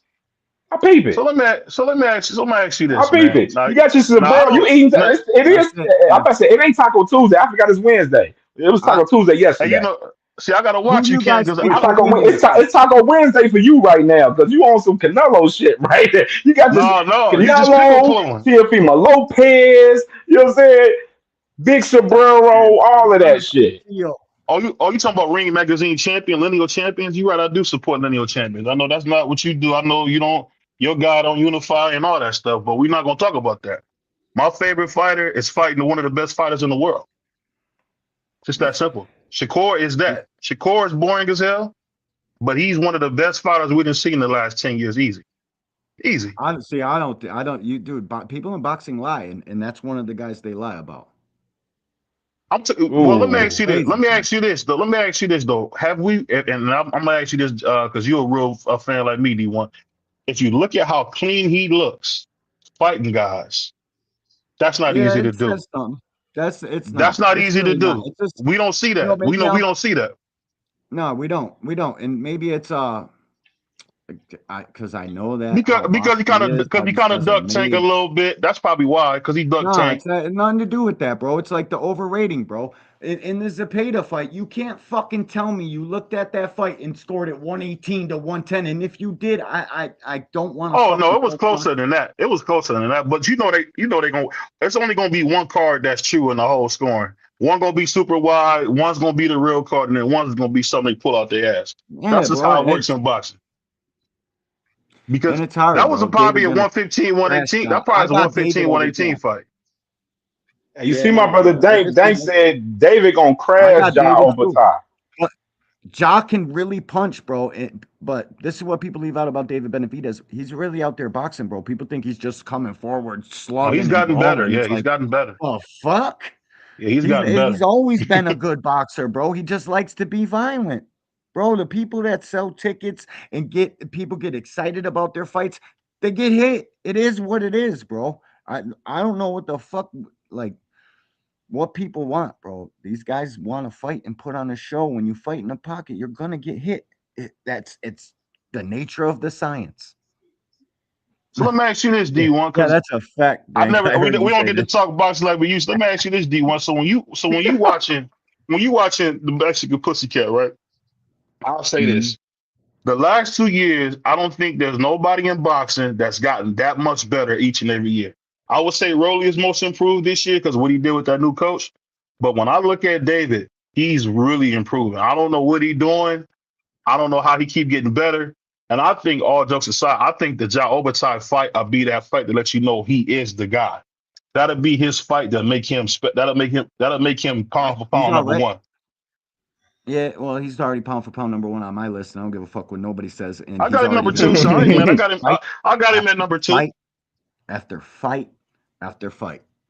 Listen, he's proven. Like, and nowadays in boxing, we got another way of fucking shitting on these guys, saying they ain't fight nobody, just ripping away their credit. Like the guys that they fought are just standing there in the ring, letting them beat the fuck out of them. It's Yeah, bizarre to me. David Benavidez fought nothing but elite competition the last 4 or 5 fights in a row.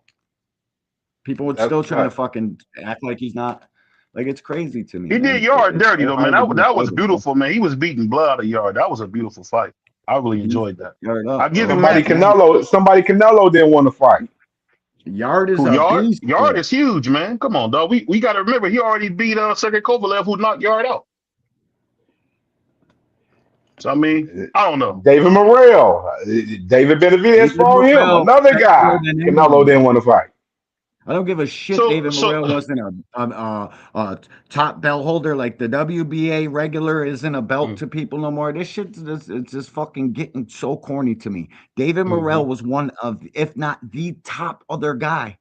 Canelo been Fact. fighting fucking guys that he's strategically moving. He's at the end of his shit. You know how in boxing 32 to 34 you're at the end of it. Canelo 35 fucking years old, bro, and he a drinking 35. He been fighting nobodies, bro. So to me, or guys fucking tailor made for him, bro. So when David Benavidez beat Morrell, that to me said everything. David Morrell was on a fucking tear, bro. Straight wrecking shit. But D1, do they do that to your boy Ray Leonard who picked and choose? He picked and choose the same way you see Yeah. Canelo picking and choosing. So that's the So thing I'm saying. Like they be trying to make it seem like y'all haven't seen what Canelo's done. We no, seen but I'm just trying to say, as far as competition, like to me, David Morrell was the other fucking top guy at 168. They both moved to 175, and they're proven to be top guys there too. yeah, Like that Vosnick to fight me, was nice from David. I give you that. That Heat Vosnick has fight was nice. been Let me get my boy Thomas Morrell Hill, can man. cook Thomas now. Hill, what you got, brother? What up, Kate? Nigga, I got a happy New Year's for all you Mickey Frickies. New Year's. Happy New Year, my Especially brother. the You already quality know, New Year, brother. you know what I'm saying? I got salutations and greetings for all you, and I'm just enjoying the cook. Yeah, man, what we talking? What we chopping up on? Now, all right. So the main topic. Let me bring this up. So, can we make boxing great in 2026 like 2023? Like 2023 was a live ass year, man. Like we had crazy fights in 2023. Like we had fights like Tank and Ryan. We had Earl and Bud, Canelo and who Canelo fought Jamel, even though that fight was trash. You know what I'm saying, in particular. Shockey Foster fighting Hernandez, Devin Haney fighting Lomachenko, no Arthur Thank God for Beterbiev that. versus Yardy, no Hamid McGee versus Deverchenko. No, we had so many good fights in 2023. How That can is we for get sure. 2023 to no? How can we get 2026 to be similar like 2023? Tell these guys to pull their nuts out of their ladies' purses and start fucking fighting for affordable prices to put on and save the fucking sport. Or else that UBO league that Dana White's about to put on is gonna grow some legs, bro. People love to see competitive fights, bro. They don't give a fuck really what the names are. Like you keep putting on a consistent product where two guys are fucking slugging it out and going at it. That's what people want to see, bro. Shout out to Zuffa Boxing though. They just signed my guy, man. You know, we keep having him on a regular basis, man. Jalil Hackett. So shout out to We need Zuffa for these giving him guys an to Yeah, I opportunity. fight. seen that. I seen I that. heard that, Salute to I heard they Jaleel on also that. may be closing in on Bam Rodriguez. I hope that's not true, but Yeah, they just signed We Yeah, need these Ohio. guys to They no, signed fight. Bam, Ohio Bam, too. yeah, Bam is a free agent now. So now he looking, he weighing his options out, but Zuffa's definitely a possibility for Bam Rodriguez, which is I personally don't like it for Bam. I don't like it personally. I think he's been building great with Eddie, and I feel like he should continue that situation with Eddie personally, in my opinion. You know what I mean? What, you don't Me like Monster personally. Bam? Eddie a sack of shit, man. I don't know what you talking about, bro. I mean, no, I love Monster and Bam, but I don't think he has Bro, to be with Bam's on Zuffa to free get that agency. anyway fight. Bro, if Bam leaves Eddie, that like he's not leaving Eddie, bro. They'll No, move I don't her. believe he is either. They're gonna break the Now I bank for did him. El Rayo. I felt El Rayo signing the Zuffa was a stupid move because it's no fighters at 135 over there for Zuffa for him. He's not. Cam, It's no big Cam. fights for him over there. Okay, Well, he at listen. 140 though. Listen, bro, hold on. I gotta ask Cam a question. He moved back down to 135. You know what fighters want to do most, bro? You guys know what fighters want to do most? Get They paid. want no, they want to fight. Real fighters want to fight. They want to get out and fucking fight, bro. Sitting in the gym, praying to God for a fucking call every 2 years. Your promotional company's fucking doing whatever they're doing. They don't tell us shit. You're literally sitting on the fucking shelf, rotting away. Me, if I was in my prime and fighting, I want to fight, bro. If I can Over get getting to the paid? fuck, I if I mean, can but get a shit, but championship strap, listen, if I can get a championship strap from Zuffa and I get out 4 times a year defending that for 750 a pop, why not? It's what you're in the gym for, anyways, bro. Fighters want to fight, my bro. thing, I would say this though. Like I said, when they had the whole situation with them reviewing in California, the state athletic commission for as the whole Muhammad Ali Revival Act and everything. A lot of people from Zuffa, like former fighters that was with Zuffa, they was coming on them phone calls saying that they were on the shelf 6 7 years fucking with I Dana hear it, White. bro. You know what I'm I saying? hear you. So it's a possibility that it could be the Well, if same he's the shit with biggest Zuffa. You name know what I'm over there, saying? With the new well, regime that they have going on too with some of those guys. You know what I mean? Because the thing is, with some of these promotional companies, you have to get fighters within the limit for us. Like you had to get fighters in same divisions to pair them up. And like in a situation with Bam Rodriguez with your future, you want to continue on and fight, big fights, eventually and stuff. And they I don't hear you. have the fights for Bam over there.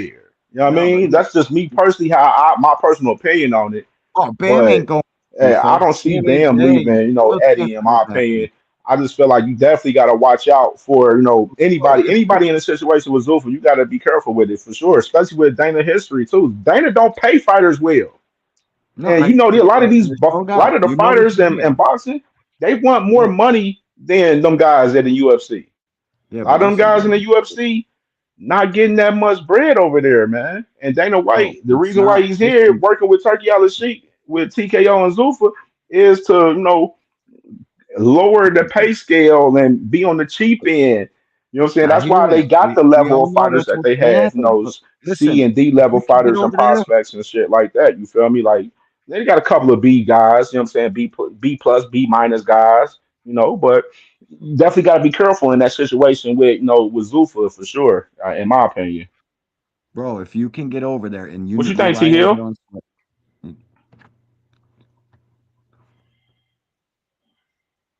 T Hill a little silent over there? You okay? You probably busy doing something. No, But no, no, yeah. no, no. I'm Oh, there you really at go. work, Okay, bro. go I'm ahead, go not ahead. gonna There lie. you I'm go. not gonna lie. I'm at work, but when people talk, y'all just listen, bro. I ain't never got to come up here and speak until I can get an extra Yeah, time when it's yeah. on T me. Hill, T Hill, what you think, man? How can we get I'll tell boxing you in what it was. I 2026 to be think you said 2023? 2023, correct? In Yes, sir. 2023, what was wrecking shop? I'll say that. That's what we need to get boxing back on point again. What was the biggest tagline in 2023? Man, your The boy, the big PBC tagline was was going, the PBC was losing the their deal. PBC was So doing the work. PBC They was was giving doing us work. fight after fight after fight after fight. Because it was doing Facts. advertisement, for whoever was gonna have to they was gonna have to go to. So we were getting fights. So the reason why boxing isn't the way that it is really because the PBC is not being what they have been to the sport. And niggas want to I hate on the agree. PBC left and right, dog. They want to hate on its flagship fighters left and right. But the thing is, it's cyclical. And right now, they've been on a downward cycle. They haven't been moving the product the way that they normally do. And, it's been affecting boxing. I think that also, in order for us to get to the point of 23 and beyond, they got to start making fights between one another. So they're going to have Absolutely. to come to an agreement on how to promote the fight, how to sell the fight, how to stage it, and then how to facilitate the business of it so that everybody is happy. The thing with that is the PBC shows fighters how to get paid, where the Hmm. other ones just show the fighters and they get paid, and they don't want to compromise that because they're making the most of the money. The lion's share goes to them. Back end goes to them. You get what you sign for. The PBC is you get what your value is. So I think that that's Hmm. where we got to get to for 23. And like I said, I mean, I'm not mad at Zuffa because Zuffa's gonna provide a lot of opportunities for a lot of fighters. But the Facts. bottom line is, fighters got to get paid, and That's a there got to fact. be That's a fair fact. shakes. So when you go in there, you can't be 10-2 Mickey Frickies or 11-1 them or 12 zipping them, and they give the other fighter a unanimous decision because they want to see them fight Loma down the line. You got to get rid of the politics up in this bit. facts, P. So and then universal circumstances got to come into play, dog. Whatever you could take here, if it's for this belt, you can fight for this belt, then no matter where you are in the world, you should be able to have that same amount. Likewise, if it's banned, and I apologize for the noise, it should be banned everywhere. You shouldn't be able to do it. So I think they need to get a complicit baseline on standards and regulations, and it should apply everywhere. I think they should go back and do away with, you know, judges who, like D1 said, or my man BVO said, you know, one is way off this line. Like, what did you see? It should be penalties for that. And on top of that, my man Cass Ford, shout out to him. He said that they should be accountable for what they saw and say why they saw it. So they should do interviews after fights as well too. And there should be some kind of lobbying system for the judges as well. Everybody need to be held accountable, sanctioning bodies and all this stuff. And then there should be something. Never happened, bro. I know it won't happen, but you know, those are the things that need to move forward so that we can get the sport back to where it is. Because right now, there's the narrative, and the narrative rules everything. Perception is reality, and some people got a false sense of perception. Damn reality. Yep. So, that's about it.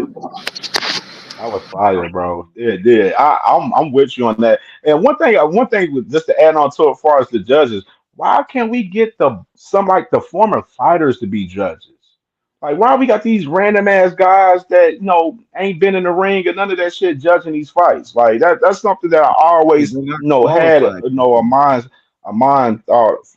thoughtful mind for us the judging in these fights. Why isn't the former fighters judging these fights? You know what I'm saying? Because some of these judges that we have out there in these fights, they're not qualified to judge these fights, obviously, because we see a lot of bullshit, a lot of dick eating coming from these judges in these fights, where we end up having to as fans of the sport, of the culture of boxing, have to go crazy on the internet to for a guy like Oshaki Foster in the fight with Robson Conceição, where we clearly seen Oshaki win that fight, where we like, man, hey man, they gotta run that shit back. No, he got robbed in that fight. Now that was a robbery. But then we got the other side of the shit where you got motherfuckers screaming robbery for Lamont Roach fighting Pitbull Cruz and shit like that. No, that was not no damn robbery. You know what I'm saying?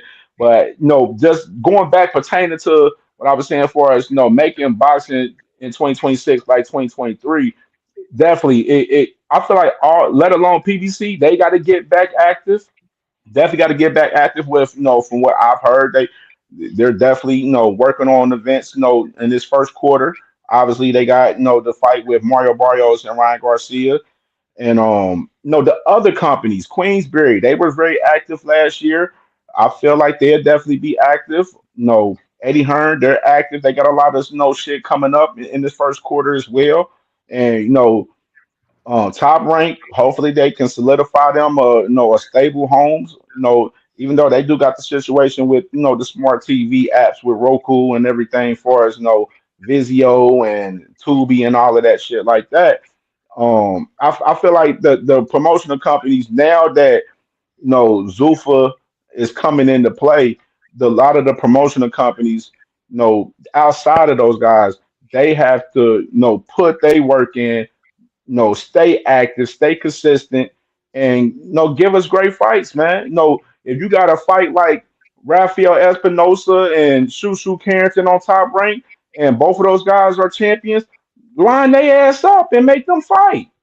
Like, line their ass up and make them fight. There shouldn't be no reason why they stalling out on fights that's in-house. You know what I'm saying? We see that within some of these promotional companies, where you see some of these promotional companies, they'll stall a fight that's in-house as well, let alone a fighter within their company and the fighter outside that's two top guys in the same division. You know what I mean? So I feel like the promotional companies work on their own behalf with their own companies. At the same time, they have to work together as well.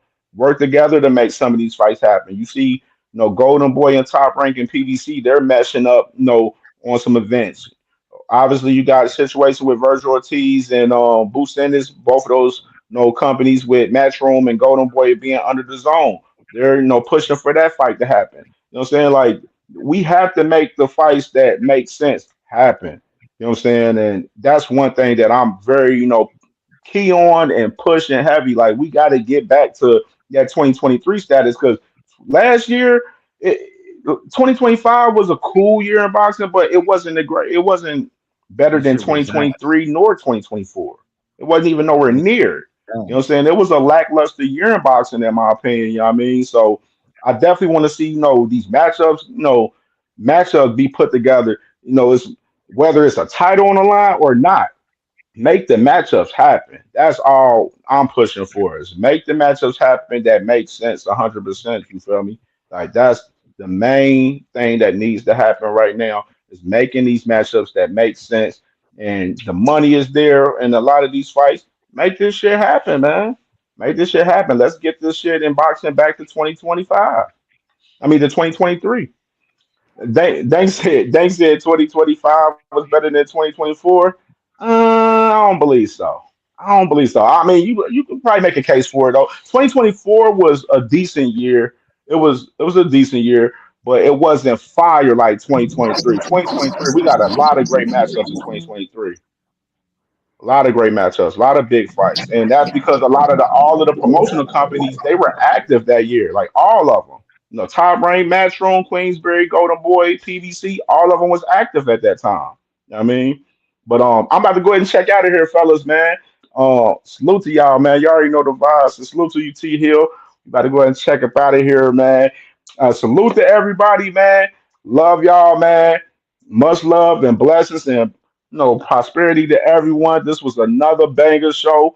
And you already know we live every Wednesday, 6:30 p.m. Eastern Time. Sorry but not sorry, Boxing Talk Wednesdays, man. Y'all watch this on the playback. Make sure y'all hit the like button. You know what I'm saying? Subscribe to the channel if you ain't subscribed.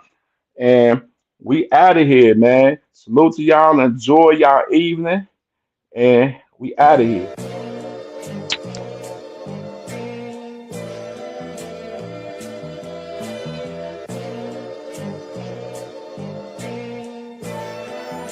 All my life I had to be patient. Like Meek Millie, I was dream chasing. Finger to the law when I see haters. Oh, the feeling when you tell your niggas we made it. Ooh, baby. Ooh, baby. Ooh, baby. Ooh, baby. It's showtime like Kareem Lakers. I make a masterpiece, seem basic. No Meek Millie, but I'm dream chasing. Took the shortcut like Anita Baker. I want the bright lights that you see in Vegas. I need a big house with like 3 basements. Drop an M on the whip, think I'm speed racing. Don't know if it's the Transformer or the Green Ranger. My nigga Mac got the beat banging. Young nigga selling crack as a teenager. Had fiends playing baseball out here free basing. Had me showing off the rings like a Freemason. My mama gone, but I keep pacing. Trying to keep it all together like I need braces. Family calling when they need favors. When I was broke, they was acting like complete strangers. All my life I had to be patient.